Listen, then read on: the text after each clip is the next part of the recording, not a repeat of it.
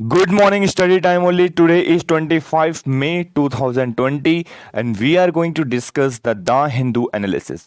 यहाँ हम डिस्कस करेंगे the Hindu analysis with hand written notes. तो साथ में आपको एमसीक्यू और मेंस के क्वेश्चन भी यहाँ पे प्रोवाइड किए जाते हैं।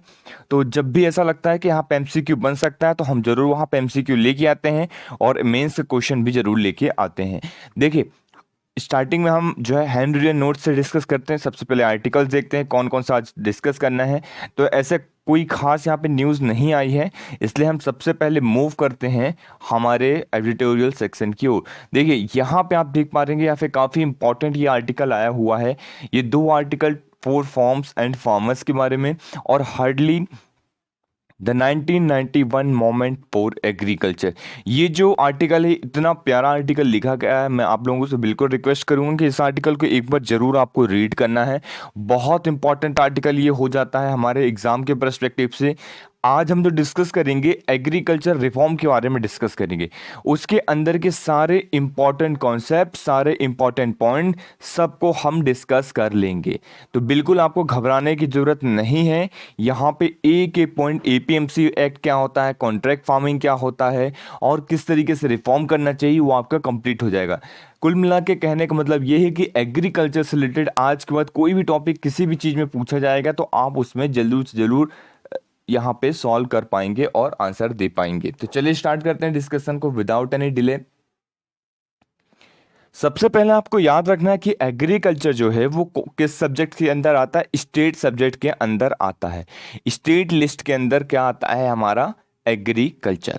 अब 1991 ये कहा जा रहा है कि क्या ये जो रिफॉर्म है, जैसे 1991 में रिफॉर्म हुए थे हमारी इकोनॉमी के अंदर, तो क्या उस टाइम का ये रिफॉर्म, उस टाइप का ये रिफॉर्म है मोमेंट फॉर एग्रीकल्चर की, एग्रीकल्चर के लिए क्या उसी टाइप से आप कंपेयर कर सकते हैं जिसकी बस बहुत तेजी से बूस्टअप हुआ था। तो अब यहाँ पे देखिए बताए जा रहे हैं आगे यहाँ पे 3 पॉइंट्स। 3 रिफॉर्म्स के बारे में बात की जा रही है। 3 सेक्टर्स के अंदर रिफॉर्म की जरूरत है। वो कौन कौन से हैं आप याद रखिए। APMC, agriculture produce marketing committee. देखिए, ये जो है डायरेक्टली पिछली बार प्रीलिम्स में इसके ऊपर क्वेश्चन पूछ लिया गया था, इसका फुल फॉर्म क्या होता है। तो एपीएमसी का full form agriculture produce marketing committee. कभी इस तरीके से भी की चीजें जो है पूछी जा सकती हैं। ये सेकंड क्या है, एसेंशियल कमोडिटीज एक्ट। ये भी आपको याद रखना है, एसेंशियल कमोडिटीज एक्ट। और थर्ड नंबर पे क्या है, कॉन्ट्रैक्ट फार्मिंग। तो थर्ड नंबर पे कॉन्ट्रैक्ट फार्मिंग याद रखना है। तीनों के बारे में डिटेल में हम डिस्कशन करेंगे, कोई भी पॉइंट यहाँ पे नहीं छोड़ेंगे। तो बिल्कुल आपको घबराने की जरूरत नहीं है। देखिए, एपीएमसी क्या है यहाँ पे, जो कि आपको समझना है, एग्रीकल्चर प्रोड्यूस मार्केटिंग कमेटी। मैं आपको एक ब्रॉड पिक्चर दे देता हूं कि एक्चुअल में होता क्या है एपीएमसी के अंदर। सपोज कोई स्टेट गवर्नमेंट है, जैसे एमपी हो गई या फिर आप ले लीजिए यूपी हो गई, बिहार हो गया, कहीं पे भी ले लीजिए। तो वहां पे क्या होता है कि एक मंडी तैयार की जाती है, एक बाजार तैयार किया जाता है स्टेट गवर्नमेंट के द्वारा। तो वो स्टेट गवर्नमेंट क्या करती है, वो उस बाजार के अंदर मतलब जो भी फार्मर्स होते हैं पहली सेल उनको यहाँ पे करना होता है। तो अपनी पहली सेल जो होता है एपीएमसी के अंदर करते हैं। तो ये एक रेगुलेट करके रखे हुए है कि उनको जो है यहाँ पे purchase of agriculture produce compulsory करके रखा हुआ है फार्मर्स को, कि जो फार्मर्स और ट्रेडर्स को, कि वो अपनी पहली जो परचेस है वहाँ पे सेल जो है वो यही करेंगे एपीएमसी के अंदर, जो एग्रीकल्चर प्रोड्यूस मार्केटिंग कमेटी है। तो ये क्या करती है, एक बैरियर का काम करती है, एक तरीके से बैरियर यहाँ पे समझ में आ रहा है, to entry and exit of traders.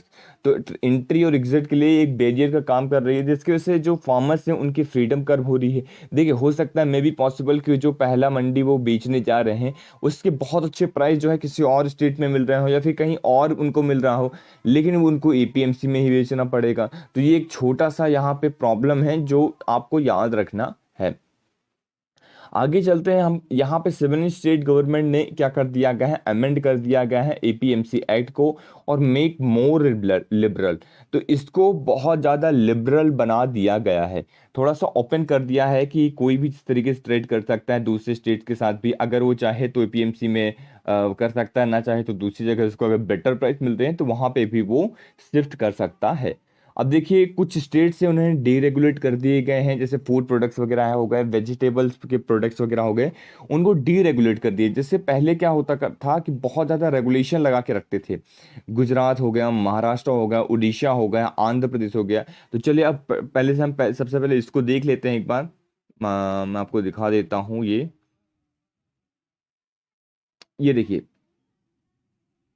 ये तो एसेंशियल कमोडिटी साइड का है, तो हम आते हैं ये, हाँ देख, इसके अंदर पहले हम इसको कवर कर लेते हैं, इसके बाद आगे चलते हैं।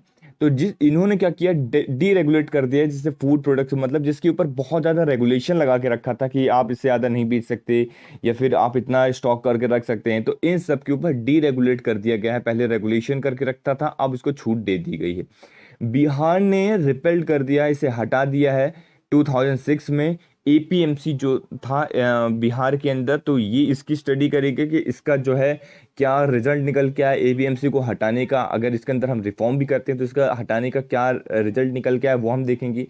Kerala doesn't have APMC act, तो केरला गवर्नमेंट के पास तो एपीएमसी एक्ट ही नहीं है। तो ये जो है दो आपको याद रखने हैं, इंपॉर्टेंट हो जाता है। अब देखिए एपीएमसी एक्ट के बारे में थोड़ा सा और आप एक बार देख लीजिए। ये क्या करता है, रेगुलेट करता है एग्रीकल्चर कमोडिटीज को, जैसे सेल्स हो गए, पल्सेस हो गए, एडिबल ऑयल हो गए, फ्रूट्स हो गए, वेजिटेबल्स हो गए, इन सब का रेगुलेशन करता है। और जो होता है इसके अंदर first sale in these commodities compulsion होता है, कंपल्सरी होता है कि एपीएमसी के तहत जो है पहला जो सेल है वो जो फार्मर्स होंगे, ट्रेडर्स होंगे, वो एपीएमसी के अंदर ही करेंगे। तो ये कंपलसरी होता है, जो एपीएमसी से रजिस्टर जिनको लाइसेंस वगैरह मिला हुआ है उनके तहत ये चीज़ होगा। तो ये जो है एक थोड़ा सा रिस्ट्रिक्शन यहाँ पे आप देख पा रहे होंगे, एक उनका फंडामेंटल राइट्स एक तरीके से जो है कि वो कहीं पे बेच सकते हैं, तो ये थोड़ा सा हैम्पर हो रहा है। अब हम आते हैं essential commodities act 1955 versus APMC act. तो बिफोर दैट हम देख लेते हैं एसेंशियल कमोडिटीज एक्ट के बारे में थोड़ा सा, जो कि हमने पहले भी डिस्कस किया था एग्रीकल्चर रिफॉर्म के अंदर। देखिए एसेंशियल कमोडिटीज एक्ट 1955, अगर मैं इसकी बात करता हूं तो प्रोविजन यहाँ पे गवर्नमेंट का है, कंट्रोल प्राइस राइस, प्राइस को कंट्रोल करती है, मतलब बहुत तेजी से प्राइस कभी कभी देखने को मिलता होगा। ऑनियंस, पोटैटो, इनके प्राइस बहुत तेजी से बढ़ जाते हैं। टोमेटो हो गया 120 रुपए किलो तक पहुंच जाता। तो इसलिए कंट्रोल करने के लिए इसको प्रोविजन लेके आया गया था। इन्फ्लेशन को कंट्रोल करना, मतलब वही महंगाई वगैरह, मूवमेंट को कहीं कहीं जहां बहुत ज्यादा मूवमेंट होता है कमोडिटीज, एसेंशियल कमोडिटीज जो एक्ट है उसको रिस्ट्रिक्ट करना। देखिए यहाँ पे बात हो रही है एसेंशियल कमोडिटीज एक्ट, इसका मतलब ये नहीं है कि सिर्फ यहाँ पे ऑनियन हो गया, वेजिटेबल्स हो गया, फार्मर प्रोड्यूस प्रोडक्ट होंगे। यहाँ पे नॉन फार्मर प्रोड्यूस प्रोडक्ट भी हो सकते हैं, ये आपको ध्यान रखना है। जैसे जैसे कि आप सैनिटाइजर ले लीजिए एक एग्जांपल के टाइम पे, कि एक टाइम पे अभी इस टाइम पे सैनिटाइजर का कितना ज़्यादा यूज हो रहा था, तो उसके से कहीं जगह पे बहुत ज़्यादा प्राइस एकदम से बढ़ गई थी। तो फिर वहाँ पे उसको एसेंशियल कमोडिटीज एक्ट के तहत लाके उसकी प्राइस को कंट्रोल किया गया कि आप इससे ज़्यादा उसका प्राइस नहीं कर सकते हैं। अमेंडमेंट क्या किया गया है, जो अभी ने बात की थी, डीरेगुलेट कर दिया गया है कई जगह पे, तो इसको आपको याद रखना है। डीरेगुलेट वाला थोड़ा सा जूम हो गया, ये आप देख पा रहे होंगे डीरेगुलेटर का। तो इसे सेल्स हो गए, पल्सेस हो गए, पोटैटो हो गए, ऑयल सीड्स वगैरह, इन सब ऑनियंस वगैरह, इन सबको क्या कर दिया जाएगा, डीरेगुलेट कर दिया गया है। तो इसको आपको याद रखना है। यहाँ पे इम्पोज करके, स्टॉक लिमिट को इम्पोज करके, इसको एक जो इसके प्रॉब्लम्स निकल के आ रही थी स्टोरेज कैपेसिटी की, एक्सपोर्ट की, तो इसका ये सॉल्यूशन है कि इसको आपने डी इम्पोज कर दिया है, डीरेगुलेट कर दिया है। तो इसकी से क्या होगा, स्टॉक लिमिट जो है इम्पोज जो पहले की जाती थी बहुत तेजी से, तो उसको अब स्टॉक लिमिट नहीं रहेगी। Only in case of natural calamity जब आता है उस केस को छोड़कर बाकी कहीं पे भी स्टॉक लिमिट नहीं की जाएगी। इंक्लूड इसके अंदर बहुत सारी चीज़ें की गई हैं, जो स्टॉक लिमिट पे इम्पोजिशन था कि आप इससे ज़्यादा नहीं रह सकते हैं, वो सारी चीज़ें अब हटा दी गई हैं। इसके अंदर क्या क्या चीज़ें इंक्लूड हैं, processor, value chain, value addition जो होता है, पार्टिसिपेंट्स वगैरह, एक्सपोर्टर वगैरह, ये सारे इसके अंदर इंक्लूड हैं। तो ये आपको याद रखना है। फाइनली इसका रिजल्ट अगर हम देखेंगे तो क्या निकल के आएगा, इन्वेस्टमेंट बढ़ेगी, जिसके वजह से वेयर हाउसेस वगैरह बनेंगे बहुत तेजी से। तो ये देखने को मिल सकता है। पोस्ट हार्वेस्ट एग्रीकल्चर इंफ्रास्ट्रक्चर तैयार होगा, जैसे मिल्स तैयार होंगी, स्टोरेज कैपेसिटी बनेगी, कोल्ड चेन बनेगी। और मेनली क्या होता है कि आप एक वैल्यू एडिशन चीज़ें कर सकते हैं कि जब इस तरीके से रहेगा, अगर कोई चीज़ का डिमांड नहीं जनरेट हो पा रही है, तो क्या होता है कि जब जब भी किसी चीज़ की डिमांड जनरेट नहीं हो पाती, तो मे बी पॉसिबल कि जो जो फार्म प्रोड्यूस है तो वो ख़राब होने लग जाए। तो उसके लिए हम क्या करते हैं, उसमें वैल्यू एडिशन करके किसी और चीज़ में कन्वर्ट करते हैं जो कि बहुत ज़्यादा ड्यूरेबल होती है। जैसे कि अगर मैं एक एग्जांपल हमेशा देता हूँ टोमेटो का, कि आप टोमेटो को क्या कर सकते हैं कि सॉस वगैरह में कन्वर्ट कर सकते हैं। अगर आपके पास वैल्यू एडिशन इस तरीके से चीज़ें हैं, तो आप वेयर हाउसेस वगैरह हैं, तो आप उसको क्या कर सकते हैं, सारी चीज़ें कर सकते हैं और उसके अच्छे दाम भी आपको मिल जाएंगे फार्मर्स को, और एक जो है हमारी जो चीज़ खराब हो रही थी मटेरियल वो भी बच जाएगा। तो ये सारे पॉइंट्स आपको याद रखने हैं, ठीक है। आगे चलते हैं, इसके अंदर एग्रीकल्चर रिफॉर्म में हमने एपीएमसी देख लिया था। अब हम देखेंगे यहाँ पे ये देखिए essential commodities act versus APMC act, दोनों के बीच में अगर मैं बात करता हूँ तो स्कोप किसका ज़्यादा है, तो scope of essential commodities act जो है ज़्यादा है with respect to APMC act. क्यों? यहाँ पे इंपावर किया जाता है सेंट्रल और स्टेट गवर्नमेंट को। देखिए एपीएमसी के अंदर क्या होता था, सिर्फ स्टार्टिंग में कंट्रोलिंग होती थी। स्टार्टिंग में कंट्रोलिंग का मतलब आप पहला जो प्रोडक्शन होगा आपका, जो फर्स्ट सेल होगी उस किया जाता था। लेकिन इसके तहत जो है सेंट्रल और स्टेट दोनों गवर्नमेंट को यहाँ पे पावर दी गई है कंट्रोल करने की। आपको ध्यान रखना है, कभी क्वेश्चन पूछा जा सकता है क्या एसेंशियल कमोडिटीज एक्ट के तहत सेंट्रल गवर्नमेंट को बस पावर है या फिर सिर्फ स्टेट गवर्नमेंट को पावर है। तो आपको याद रखना है central and state both government, दोनों गवर्नमेंट को यहाँ पे पावर दी गई है। किस चीज को कंट्रोल करने की, प्रोडक्शन को कंट्रोल करने के लिए, किसी भी चीज का प्रोडक्शन ज्यादा या कम, उस चीज को प्रोडक्शन को कंट्रोल करने के लिए, सप्लाई को कंट्रोल करने के लिए, एकदम से ऐसी सप्लाई ना होने जैसे कि सप्लाई को रोक दिया जाए या फिर सप्लाई बहुत ज्यादा हो जाए, डिस्ट्रीब्यूशन कितना डिस्ट्रीब्यूट हो रहा है, ये सारी चीज। तो इन तीनों चीजों में जो है ये कंट्रोल कर सकती है सेंट्रल और state government, including pricing. Price किसी चीज़ की ऐसा तो नहीं कि बहुत तेजी से बढ़ रही है और वो चीज़ जो है बहुत ज़्यादा एसेंशियल है उस टाइम पे, तो वो भी यहाँ पे रेगुलेट किया जा सकता है। स्टॉक होल्डिंग, कितना ज़्यादा आप स्टॉक रख सकते हैं, वो उस चीज़ को भी यहाँ पे इंक्लूड किया गया है। तो मतलब एक तरीके से फुल चेन को कंट्रोल किया जाएगा इसके तहत। प्रोडक्शन को कंट्रोल किया जाएगा, सप्लाई को कंट्रोल किया जाएगा, डिस्ट्रीब्यूशन को कंट्रोल किया जाएगा, प्राइसिंग को और स्टॉक होल्डिंग को कंट्रोल किया जाएगा। क्लियर हो गया? एपीएमसी का ओनली फर्स्ट सेल कंट्रोल होता है, हमको सबको पता है। Agriculture plus non agriculture product दोनों इसके अंदर आ जाते हैं। कॉन्ट्रैक्ट जो एसेंशियल कमोडिटीज एक्ट है, एसेंशियल कमोडिटीज एक्ट ECA, तो ये आपको याद रखना है। जैसे कि अभी सैनिटाइजर की बात हो रही थी, सैनिटाइजर और मास्क जो है बहुत ज़्यादा रेट्स में मिल रहे थे। तो वो क्यों हो रहे थे, लोग बाग होल्ड करके रख गए थे कुछ लोग, और या फिर उसकी कमी हो गई थी, तो उसकी वजह से उसके प्राइसेस बहुत ज़्यादा तेज़ी से बढ़ रहे थे। और उस टाइम पे ये किस तरीके से एक्ट कर रहा था, एसेंशियल कमोडिटीज एक्ट। ऐसा नहीं कि सिर्फ एग्रीकल्चर प्रोड्यूस ही हमें चाहिए होता है, नॉन एग्रीकल्चर प्रोडक्ट भी ऐसे बहुत सारे होते हैं जहाँ पे ये चीज़ लगाई जा सकती है। तो इसको आपको अच्छे से याद रखना है। मॉडल एपीएमसी एक्ट आता है। देखिए एपीएमसी एक्ट के बाद कौन सा एक्ट आता है, मॉडल एपीएमसी एक्ट। अब ये क्यों आता है, क्या होता था कि एपीएमसी के तहत कर्टल्स किए जाते थे, cartel the freedom of farmers. जो फार्मर्स थे उनकी फ्रीडम को एक तरीके से कर्टेल किया जाता था, रोका जाता था, वायलेट होते थे उनकी फ्रीडम वगैरह को, कि वो एक जगह से दूसरी जगह नहीं बेच सकते। पहले उनको एपीएमसी के अंदर बेचना पड़ेगा, जो लाइसेंस ट्रेडर्स वगैरह हैं उनको, इसके बाद ही आगे जाएंगे। और इसके अंदर जनरली देखा क्या जाता था, सपोज कोई भी चीज़ अगर मैं एग्जाम्पल देता हूँ, 5 रुपीज़ जो है पर केजी है, सिंपली 5 रुपीज़ पर केजी है, तो अगर मैं कहूँगा कि 5 रुपीज़ पर केजी सपोज एग्जाम्पल उनको मिला है, किसको, फार्मर्स को मिला है, उसका जो एक्चुअल जो उनको लागत आई है सब कुछ करने में 4 रुपीज़ पर केजी आई है। तो कितने आई है, 4 रुपीज़ पर केजी। तो 4 रुपीज़ पर केजी किसको आई है, फार्मर्स को लागत आई है, और उनको दिया मिला कितना, 5 रुपीज़ पर केजी। ये सपोज आप कर लीजिए 6 रुपीज़ पर केजी मिला, लेकिन अब उन्होंने बेच दिया। अब क्या होता है, ये चीज जो जाएंगे एपीएमसी के अंदर, तो एपीएमसी के अंदर ये लोग क्या करेंगे, जो ट्रेडर्स होते हैं, बीच के बिचौलिए होते हैं, तो 6 रुपए को क्या कर देंगे, 20 रुपए बना के बेच देंगे। तो जो प्रोडक्ट, जो फूड आइटम हमको मिलता है, जो चीज़ हम खरीदते हैं, वो तो बहुत ज़्यादा मिलता है, लेकिन जो फार्मर प्रोड्यूस करता है उनको कम मिलता है। मतलब एक तरीके से फार्मर्स को फायदा नहीं होता है, जो एक्चुअल में मेहनत करता है, इतनी सारी चीज़ें करता है। बीच के जो बिचौलिए होते हैं ये जो है फ़ायदा लूट के ले जाते हैं, इनको जस्ट क्या करते हैं, यहाँ से खरीदते हैं और यहाँ बेच देते हैं। तो इस कारण से इनको बहुत ज़्यादा फ़ायदा होता है और फार्मर्स को बहुत ज़्यादा एक बड़ा नुकसान होता है। अब देखिए फार्मर्स के पास कोई दूसरा ऑप्शन भी नहीं रह जाता है, क्योंकि क्या होता है कि ये सब एक आपस में गुट बना लेते हैं। एपीएमसी के अंदर जो भी ट्रेडर्स हैं, यहाँ पे सपोज 3-4 हैं, तो ये बना लेंगे कि आप जो हैं, हम सब लोगों ने ये मिली भगत रहती है कि कोई भी 5 रुपये से ज़्यादा इनको प्राइस नहीं देगा। तो वो एक बार फार्मर्स यहाँ आएगा, उसने देखा 5 रुपये से ज़्यादा नहीं मिल रहा, फिर आएगा यहाँ देखा नहीं मिल रहा, फिर आया यहाँ देखा नहीं मिल रहा। अब उसको करना तो इसी एपीएमसी के अंदर काम है। उनको मे बी पॉसिबल कि उनको बाहर अच्छा मिल रहा है लेकिन वो वहाँ बेच नहीं सकता है, ये थोड़ा सा प्रॉब्लम आ रही है। तो इस वजह से उनकी जो फ्रीडम थी उसमें रिस्ट्रिक्शन हो रहा था, एक तरीके से फ्रीडम ऑफ ट्रेड उनका रिस्ट्रिक्ट हो रहा था। तो एक थोड़ा सा प्रॉब्लम आ रही थी जिसकी वजह से यहाँ पे ये लेके आया गया मॉडल एपीएमसी एक्ट।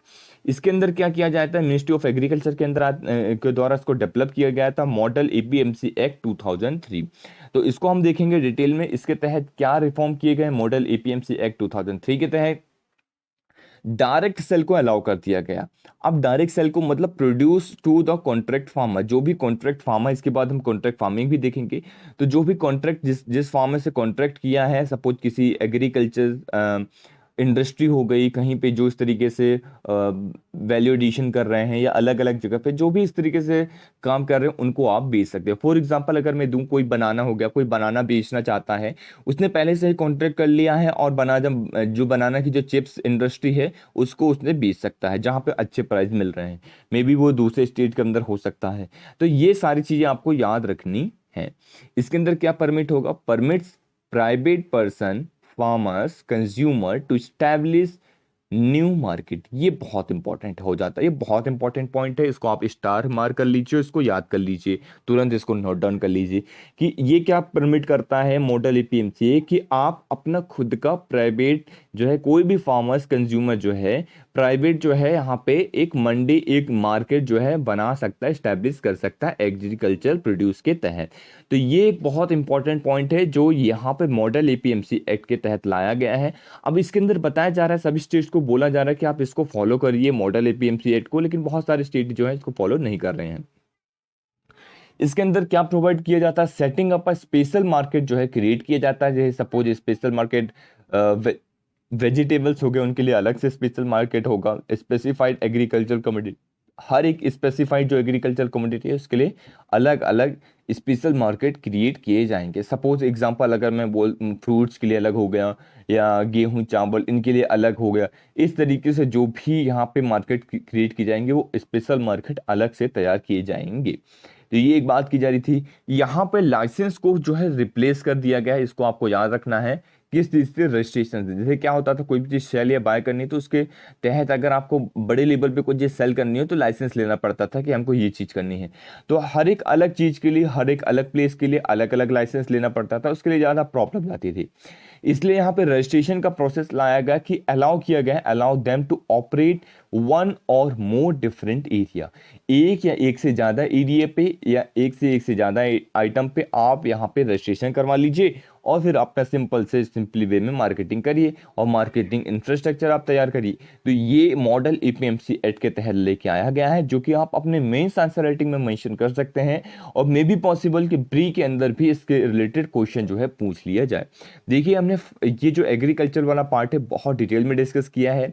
अब देखिए कर्नाटका का एक मॉडल देखते हैं, ये जो है आप एग्जाम्पल्स के तौर पे लिख सकते हैं कि कर्नाटका ने क्या किया, राष्ट्रीय ई मार्केट तैयार किया। राष्ट्रीय ई मार्केट के नाम से एक डिजिटल टेक्नोलॉजी का यूज करते हुए इसके क्या करता है, वेयर हाउसिंग उसने बना लिया, ई ऑक्शन कर दिया। सपोज किसी को जरूरत है सामान रखने की है बहुत ज़्यादा, तो उसने डिजिटली देखा और देखा कि कहाँ पे जो है अवेलेबल है और रजिस्ट्रेशन कर दिया, या फिर वहाँ पे अप्लाई कर दिया, फॉर्म भर दिया, तो उसको वेयर हाउसिंग मिल गई, बढ़िया, प्रॉब्लम नहीं हुई उसको भी, और वो भी अपना सामान ई ऑक्शन कर सकता है, देख सकता है कि जो है ई मार्केट के अंदर वो देख सकता है कहाँ कहाँ पे अच्छा प्रोडक्ट हमें मिल रहा है, कितने प्राइस में मिल रहा है, तो वो वहाँ पे जाके ऑक्शन कर दिया। ये इंपॉर्टेंट हो, ये किससे जॉइंट वेंचर है, स्टेट गवर्नमेंट और NCDE-X का स्टेट जॉइंट वेंचर है। तो ये आपको याद रखना है कर्नाटका मॉडल। देखिए जनरली कर्नाटका मॉडल की जब भी बात हो तो आप ये कर सकते हैं कि डिजिटल टेक्नोलॉजी का किस तरीके से यूज किया जा सकता है ई मार्केट के तहत, मतलब एग्रीकल्चर में डिजिटल टेक्नोलॉजी का किस तरीके से यूज किया जा सकता है। जब भी आपको इसके बारे में लिखना तो आप कर्नाटका मॉडल को जरूर से जरूर मेंशन करिए। एग्जाम्पल आप कर सकते हैं, example equal to Karnataka model, जहाँ पे डिजिटल टेक्नोलॉजी का बहुत अच्छे से यूज किया गया है। बस इतना लिख लेंगे, मोर देन सफिशिएंट है, ये आपको याद होना चाहिए। अब हम बात करते हैं कॉन्ट्रैक्ट फार्मिंग की। देखिए सिंपल सा है कॉन्ट्रैक्ट फार्मिंग, आपको समझना होगा। एक एग्जांपल मैं आपको देखता हूँ। ये फार्मर्स और इंडस्ट्रीज, जो इंडस्ट्रियलिस्ट होते हैं या फिर इंडस्ट्री कंपनी वगैरह होती है, उनके बीच में ये एग्रीमेंट होता है। और ये प्री एग्रीमेंट होता है जब मतलब हार्वेस्टिंग से पहले, जब हार्वेस्ट होता है उससे पहले ये प्री एग्रीमेंट होता है। ये क्या करते हैं फार्मर्स और जो इंडस्ट्रियलिस्ट होते हैं, इंडस्ट्री भी कभी कभी इनको पैसे दे देते हैं, कुछ पैसे दे देते हैं कि आप हमें इतना प्रोडक्ट जो है देंगे आफ्टर जो है, आप जब भी हार्वेस्ट करेंगे, जब भी प्रोड्यूस होगा फार्मर्स के पास से, तो आप हमें इस रेट में इतना देंगे। इसको भी फायदा रहता है, फार्मर्स को भी और इंडस्ट्रियलिस्ट को भी, दोनों को फायदा यहाँ पे देखने को मिलता है। क्यों? अब देखिए सिंपल सी चीज है, फार्मर्स को किस तरीके से फायदा होगा कि सपोज मे बी पॉसिबल कि नेचुरल कैलेमिटी आ जाए या फिर कुछ इस तरीके से आ जाए, या फिर कुछ भी बहुत ज़्यादा प्रोड्यूस हो जाए वो चीज़, तो उसकी जो प्राइस है वो फ्लक्चुएट हो जाती है। अगर प्राइस उसकी बहुत ज़्यादा कम हो गई, लेकिन फार्मर्स ने तो एग्रीमेंट उससे थोड़ा सा हायर प्राइस में किया था, तो उनको वहाँ पे फ़ायदा हो जाएगा, क्योंकि उन्होंने हायर प्राइस में यहाँ पे क्या किया था, यहाँ पे एग्रीमेंट किया था, तो उसको तो ज़्यादा पैसे मिलेंगे। लेकिन सपोज यहाँ पे इंडस्ट्रीज को भी फायदा हो सकता है कि कल को अगर नेचुरल कैलेमिटी वगैरह आता है या कुछ इस तरीके से हो जाता है, तो इंडस्ट्री मतलब फार्मर्स जो है कम प्रोड्यूस हुआ है, अब वो चीज़ क्या हो रहा है कि बहुत तेज़ी से बिक रहा है और बहुत ज़्यादा प्राइजेस में बिक रहा है, प्राइस उसके क्या हो चुके हैं, बहुत ज़्यादा हाई हो चुके हैं। लेकिन फार्मर्स ने कम प्राइस में किया था, जितने पर्टिकुलर प्राइस में किया था उसको उतने प्राइस में देना पड़ेगा, तो वहाँ पर इंडस्ट्रीज को भी फायदा रहता है और फार्मर्स को भी रहता है। और दोनों का ये नहीं रहता कि ये चीज़ जो है कंसर्न आगे निकल के आएगी, इनको प्रॉब्लम जाएगी, इसलिए दोनों यहाँ पे जो है बेस्ट रहता है और ये मॉडल कॉन्ट्रैक्ट फार्मिंग को अपनाते हैं। तो रिसेंटली अभी गवर्नमेंट ने इसको फॉर्म भी किया है। अब देखिए, अब रिफॉर्म की हम बात करते हैं, इसके अंदर काफ़ी इंपॉर्टेंट हो जाता है रिफॉर्म की बात करना, कि डिमांड को देखिए जनरली क्या होता है, आप कितना भी रिफॉर्म कर दीजिए, कितना भी सारी चीज़ों कर दीजिए, लेकिन जब तक डिमांड इंक्रीज नहीं होगी तो कोई सेंस नहीं है इन सारी चीज़ों को। तो बहुत इंपॉर्टेंट है कि आप डिमांड को बढ़ाइए। ऐसा होगा कि सर आप डिमांड को किस तरीके से बढ़ा सकते हैं, तो लोगों के हाथ में पैसा होगा, लोगों के हाथ में जब जॉब होगी तो डिमांड ऑटोमेटिकली बढ़ेगी। ये आपको समझ में आना चाहिए कि जब लोगों के पास जॉब होगी, जॉब अपॉर्चुनिटीज़ होगी, उनके पास पैसा रहेगा, काम करने का टाइम रहेगा, तो वो सारी चीज़ें डिमांड अपने आप इंक्रीज होगी। तो लोगों को आप एम्प्लॉयमेंट दीजिए, जॉब अपॉर्चुनिटी दीजिए और इस तरीके से चीज़ें लेके आइए, बिजनेस को बढ़ाइए, ये सारी चीज़ आप करिए। अब एपीएमसी को यहाँ पे कई लोग बोल रहे थे कि इसको हटा दीजिए, तो यहाँ पे एक एग्जांपल है कि बिहार के अंदर एपीएमसी को हटा दिया गया था, जिसकी वजह से यहाँ पे कोई इन्वेस्टमेंट, प्राइवेट इन्वेस्टमेंट नहीं आए, इसका कोई भी फायदा बिहार को नहीं मिला, बल्कि नुकसान ही मिला, लॉसेस मिले। जैसे कि कुछ क्या होते थे, लीवे वगैरह दिए जाते हैं, टैक्सेस वगैरह जो होते थे, एक तरीके से आप लीवे कह सकते हैं, आप जो भी प्राइस वगैरह उनको लिए लिए जाते थे यहाँ पे एपीएमसी के अंदर, तो उसको यूज किया जाता था कि एपीएमसी के आसपास जो रोड इंफ्रास्ट्रक्चर है उसको बनाया जाए, या फिर कुछ भी इंफ्रास्ट्रक्चर बनाने के काम आता था, तो वो अब चीज़ें भी नहीं मिल पा रही हैं। तो इस वजह से ये एक नेगेटिविटी यहाँ पे आप मेंशन कर सकते हैं, आप एक पॉइंट भी आप दिखा सकते हैं कि एपीएमसी को रिपेल्ड आप डायरेक्टली बिल्कुल हटा मत दीजिए, क्योंकि उससे क्या होता है, गवर्नमेंट जो के ऊपर भी एक क्रिएट करती है, रेस्पॉन्सिबलनेस भी क्रिएट करती है गवर्नमेंट के ऊपर कि गवर्नमेंट किस तरीके से रेस्पॉन्सिबल रहे, वरना गवर्नमेंट के बिल्कुल रेस्पॉन्सिबिलिटी हट जाएगी। आप बेचिए जिसको बेचना है, आप करिए जिसको करना है, लेकिन एपीएमसी अगर रहेगा तो एक ही बहुत अच्छा पॉइंट है जो आप लिख सकते हैं। Value addition in the foods के अंदर कर सकते हैं कि आप ये चीज़ को बढ़ावा दीजिए कि फूड्स की वैल्यू एडिशन किस तरीके से किया जाए। प्राइवेट इन्वेस्टमेंट को यहाँ पे अलाउ कर दिया जाए, जब भी प्राइवेट इन्वेस्टमेंट अलाउ होगा तो फार्मर्स के पास चॉइसेस बढ़ जाएंगी। देखिए, आप जब भी वे फॉरवर्ड में चीज़ों को लिखना है तो आप ये मत लिखिए कि किसी भी चीज़ को पूरी तरीके से हटा दीजिए, आप कहिए उसके अंदर रिफॉर्म लेके आइए, एपीएमसी के अंदर रिफॉर्म लाने की जरूरत है। क्योंकि क्या हो रहा है कि जनरली अगर मैं बात करूं, एपीएमसी के अंदर आप रिफॉर्म लेके आइए, उनको लिबरल बनाइए, जितना लिबरल आप कह सकते हैं कि अगर जिसको एसेंशियली वो यहाँ पे बेच सकता है, लेकिन जिसको अगर अच्छे प्राइजेस मिल रहे हैं वो प्राइवेट इन्वेस्टमेंट भी अलाउ कर दीजिए, जो कि बाहर जाके वो बेच सकता है, जिसके वजह से फार्मर्स के पास चॉइसेस बढ़ जाएगी, जो कि लेट करेगा उनके बेटर प्राइस कंडीशन को, उनको बेटर प्राइजेस भी मिलेगी, जिससे उनकी कंडीशन भी इम्प्रूव होगी। तो ये सारी चीज़ें आपको लिखना है मेंस आंसर राइटिंग के अंदर। तो ये सारी चीज़ें मैंने आपसे डिस्कस कर ली हैं। अब देखिए, एसेंशियल कमोडिटी सेट के बारे में हमने डिस्कस कर लिया था। एक जो आर्टिकल्स था इसको देखते हैं। Filing to perform a constitutional court, ये आर्टिकल को हम डिस्कस करेंगे। इसके अंदर कुछ ही इंपॉर्टेंट ऐसे पॉइंट्स हैं, अगर आप चाहें तो जर्नल इसको क्या कर सकते हैं, पढ़ सकते हैं, एक बार रीड ले सकते हैं, पर ऐसा कुछ इम्पोर्टेंट, बहुत ज़्यादा इम्पोर्टेंट चीज़ नहीं है। तो हम देखेंगे कि जो जो इम्पोर्टेंट है उसको डिस्कस करेंगे। साथ में ही यहाँ पे फार्मर्स के बारे में बताया गया है, जो इसके बारे में हमने प्रीवियस लेक्चर में भी डिस्कस किया। राजीव गांधी किसान न्याय योजना जो है लॉन्च किया गया है, जो छत्तीस गवर्नमेंट के द्वारा यहाँ पे लास्ट वीक, जिसके अंदर 8 लाख जो राइस, मेज और शुगर केन जो फार्मर्स हैं उनको 10,000 रुपये, 13,000 रुपये तक जो है पर एकड़ जो है ये चीज़ दिया जाएगा। डायरेक्ट कैश जो है ट्रांसफर होगा, डीबीटी कहते हैं, डायरेक्ट बेनिफिट ट्रांसफर यहाँ पे करवाया जाएगा। इसको थोड़ा सा कंपेयर किया जा रहा है प्रधानमंत्री किसान स्कीम के द्वारा, कि जो कि 6,000 रुपीज़ फार्म्स फैमिलीज को दिया जाता है, लेस देन जिसके पास 5 एकड़ लैंड होता है, Telangana, Orissa, Andhra Pradesh. Similar case transfer इनके यहाँ भी चल रहा है, कहाँ कहाँ, तेलंगाना के अंदर, उड़ीसा के अंदर और आंध्र प्रदेश के अंदर। इस तरीके से सिमिलर कैश ट्रांसफर प्रोग्राम जो है फार्मर्स के रिगार्डिंग चल रहा है, जो कि बैलेंस करता है इंटरेस्ट ऑफ द कंज्यूमर्स और फार्मर्स के दोनों के। देखिए, कंज्यूमर हो गया और ये फार्मर्स हो गया, दोनों के इंटरेस्ट को बराबर वे में लेके चलना है। तो इसलिए यहाँ पे मिनिमम सपोर्ट प्राइस का इंडिया ने एक्सटेंसिव यूज किया था, कि मिनिमम सपोर्ट प्राइस की जो चीज़ है उसको बढ़ाया जाए। देखिए 1.5 टाइम्स जो है एमएसपी को सेंट्रल ने फिक्स किया है, कि आप 1.5 टाइम्स कर दीजिए। 1.5 टाइम्स का मतलब है, सपोज मिनिमम सपोर्ट प्राइस जितना उनकी लागत आ रही है, जितना आप वो यूज कर रहे हैं पैसा, उससे 1.5 टाइम्स उनको ज़्यादा फायदा मिलना चाहिए। ये क्या है, एक हमारा डबलिंग ऑफ फार्मर इनकम की जो हमारा योजना है उसके तहत ये एक काम हो रहा है। तो लास्ट ईयर देखा गया था several state including Chhattisgarh, BJP जहाँ पे रूल है, एंड बीजेपी रूल देखिए यूपी हो गया, Haryana, questioning the centre MSP calculation. तो उनकी जो एमएसपी के कैलकुलेशन थे उसके ऊपर क्वेश्चन मार्क उठाए गए थे। The food is a universal necessity, those who produce it longest at bottom the economic pyramid. तो ये एक पिरामिड बता रहा है कि फूड जो है सबसे ज़्यादा एसेंशियल कमोडिटीज़ है, आता है बहुत ज़्यादा एसेंशियल। ऐसा नहीं होता कि इसकी जो मांग है, इसकी जो एक तरीके से मांग है वो कम हो जाएगी, ऐसा नहीं है, बिल्कुल नहीं है। तो बस आपको ज़रूरत है उसके अंदर किस तरीके से आप वैल्यू एडिशन करिए, चीज़ों को लेके आइए। तो ये सारी चीज़ें बहुत ज़्यादा इंपॉर्टेंट है। तो यही सारी चीज़ें इसके अंदर डिस्कस की गई हैं। कुछ एक दो पॉइंट्स हो जाते हैं एमएसपी वगैरह, उसको हम अभी डिस्कस करेंगे इस आर्टिकल के अंदर।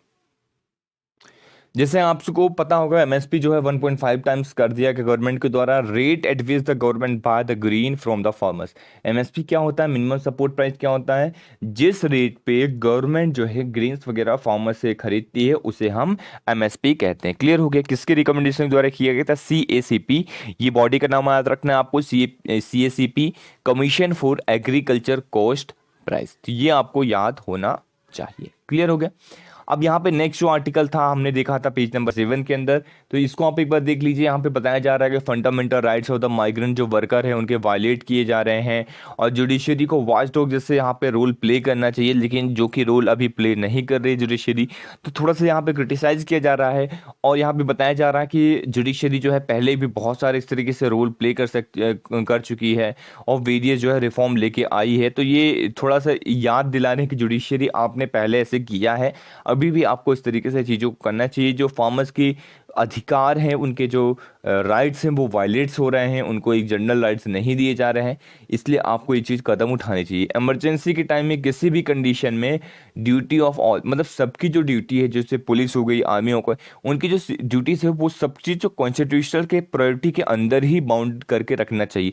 ऐसा नहीं कॉन्स्टिट्यूशनल के दायरे से इमरजेंसी अगर लगा दी गई है, या फिर अभी जो इमरजेंसी की कंडीशन ही चल रही है एक तरीके से, तो ऐसी कंडीशन में आप कॉन्स्टिट्यूशन को फॉलो ना करिए, कुछ भी आप काम कर रहे हैं। तो ये सारी चीज़ें बताई जा रही कि फिर वो चाहे स्टेट गवर्नमेंट हो, सेंट्रल गवर्नमेंट हो, या कोई भी हो, स्टेट कॉन्स्टिट्यूशनल के दायरे में रह के काम करे तो ज़्यादा इंपॉर्टेंट हो जाता है, ज़्यादा अच्छा रहेगा। तो ये सारी चीज़ें इसके अंदर बताई गई हैं, छोटी छोटी चीज़ें थी। जब इसके ऊपर डिटेल में आएगा तो हम अलग से डिस्कस करेंगे।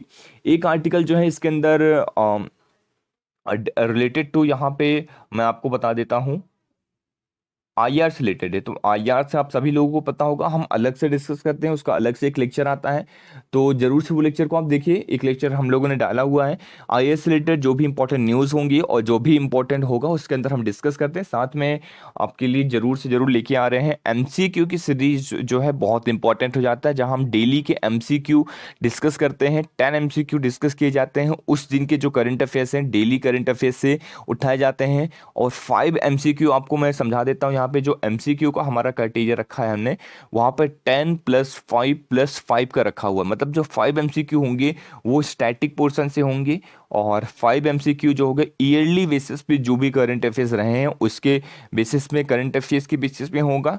और 10 जो होगा डेली करंट अफेयर्स। तो देखिए, अगर आप इनको रिलीजियसली फॉलो करते हैं तो आपका सारे पॉइंट्स क्लियर हो जाएंगे। जो स्टैटिक पोर्शन है बहुत डिटेल में डिस्कस कर रहे हैं, अलग अलग दिन अलग अलग सब्जेक्ट को, जैसे हमने प्रीवियस डे में पॉलिटी डिस्कस किया था, आज हम ज्योग्राफी को डिस्कस करेंगे, नेक्स्ट डे फिर और कुछ और डिस्कस करेंगे।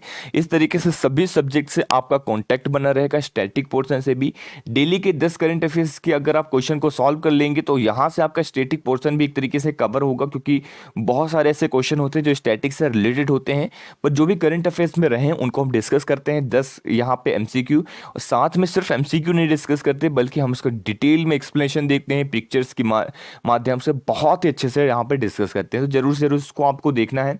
ईयरली करंट अफेयर्स जो हो जाता है 5 एमसीक्यू रहते हैं, जो भी न्यूज़ रहता है बहुत इंपॉर्टेंट जो करंट अफेयर्स रहता है उसको हम इसके अंदर डिस्कस करते हैं। तो इन तीनों सीरीज को आपको फॉलो करना है और अच्छे से फॉलो करना है, रिलीजियसली देखना है। और बस यही सारी चीज़ें थी आपसे। लेक्चर को शेयर कर दीजिए, हर एक जगह फैला दीजिए, जिससे ज़्यादा से ज़्यादा लोगों को फ़ायदा हो। और जो भी वेरियस इनिशिएटिव्स है उसको आप फॉलो करते रहिए। धीरे धीरे हम चीज़ें कोशिश करेंगे, मैं आप लोगों के लिए बना रहा हूँ, बहुत ज़्यादा मेहनत हो रही है कि जब भी जो भी बुक्स हैं उन बुक्स को कवर किया जाए डिटेल में आपके हैंड रिटन नोट्स की मदद से, क्योंकि लोग बाग नोट्स नहीं बना पाते। बुक्स के नोट्स बनाने में बड़ी प्रॉब्लम जाती है। 1500 पन्ने की बुक्स रहती हैं, हजार पन्ने की बुक्स रहती है। अब उसको पढ़ने में, एक बार पढ़ने में बहुत प्रॉब्लम जाती है। आप लोग कोशिश करेंगे उसको 2 बार या 3 बार किस तरीके से पढ़ा जाए, तो वो एक आपका एक सिंप्लीफाई कर दिया है मैंने। वहाँ पे आप, अगर आप हमारे लेक्चर्स को देखते हैं तो आपको बुक पढ़ना बहुत इजी हो जाएगा। इतना इजी हो जाएगा कि आप एक दिन में एक एक दो दो चैप्टर आराम से निपटा सकते हैं। तो ये आपको याद रखना है कि इसको जरूर से फॉलो करना है। बस आप चीज़ों को फॉलो करते रहिए, शेयर करते रहिए, जल्दी से जल्दी हम आपके लिए लेके आएंगे। So thank you very much for the discussion.